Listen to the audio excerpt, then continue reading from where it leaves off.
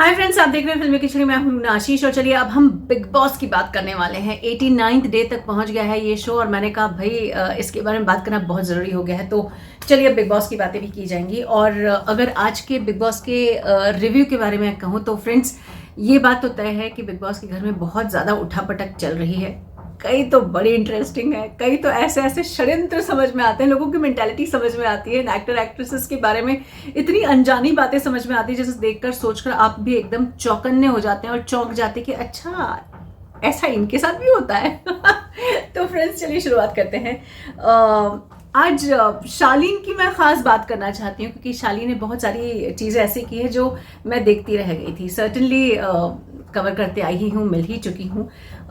मुझे ना शालीन का अभी तक जो लड़ाइयाँ हो रही थी वो चिकन को लेकर हो रही थी, लेकिन अब शालीन चिकन के बच्चे पर यानी कि अंडे पर मेहरबान हो गए। तो उनके और विकास के बीच में ना चिकन को लेकर चर्चा नहीं हो रही थी, अंडे को लेकर चर्चा हो रही थी।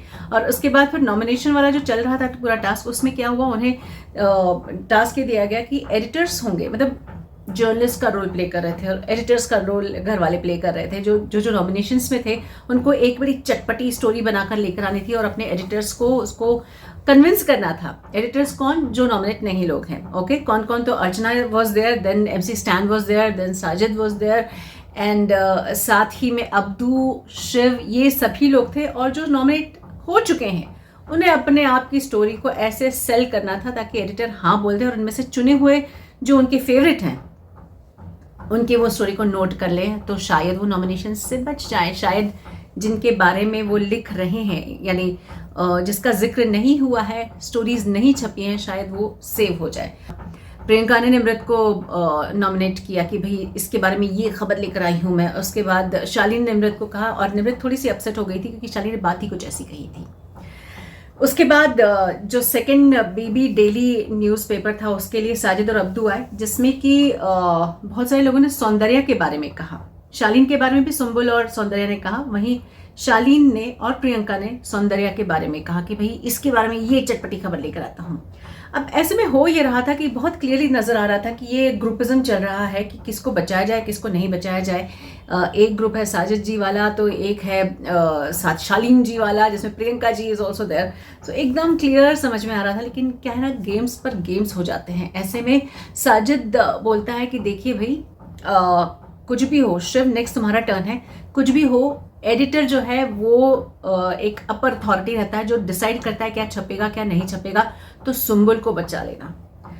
समझ में आ गया कि भाई सुंबुल को बचाया जा रहा है और ये वाला खेमा है, डेफिनेटली यही होगा कि सुंबुल को नहीं बचाया जाए या जो है उसको निकालने की कोशिश की जाए। तो चलिए इस बार सुंबुल को निकालने की कोशिश की जाती, कुछ इस तरीके से चल रहा था। लेकिन पासा पलट दिया शालीन ने, और ये पासा शायद आपको और मुझे एकदम से नजर में नहीं आया लेकिन बिग बॉस की नजर में आ गया था।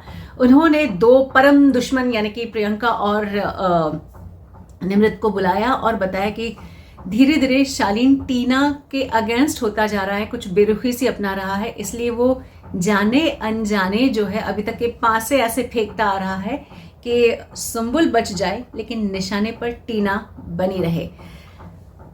मतलब जो परम दुश्मन थे प्रियंका और साथ में निमृत, उनको भी लगा कि अरे बाप रे ये तो कितनी बड़ी गड़बड़ और कितनी बड़ी चाल चल रहा है शालीन। और शालीन को लगा कि अरे he is playing so well, I am being with Tina and this and that, और यहाँ पर ये उसका गेम बिग बॉस ने ओपन करके रख दिया।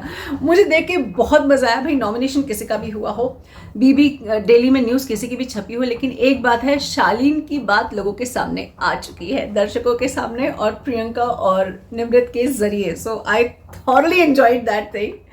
और इसमें अब इस हफ्ते जो है वो सुंबुल सेफ हो गई हैं और जो नहीं सेफ हो पाए हैं वो है निमृत, सृजिता, विकास, शालीन, प्रियंका, टीना और सौंदर्या। चलिए भाई अच्छी बात है, तो देखने में बड़ा इंटरेस्टिंग रहने वाला है। अभी आने वाले टाइम में और इंटरेस्ट जागने वाला है, देखते रहिए और अपनी बात जो भी है दिल की वो जरा लिखकर बताइए। जय हिंद।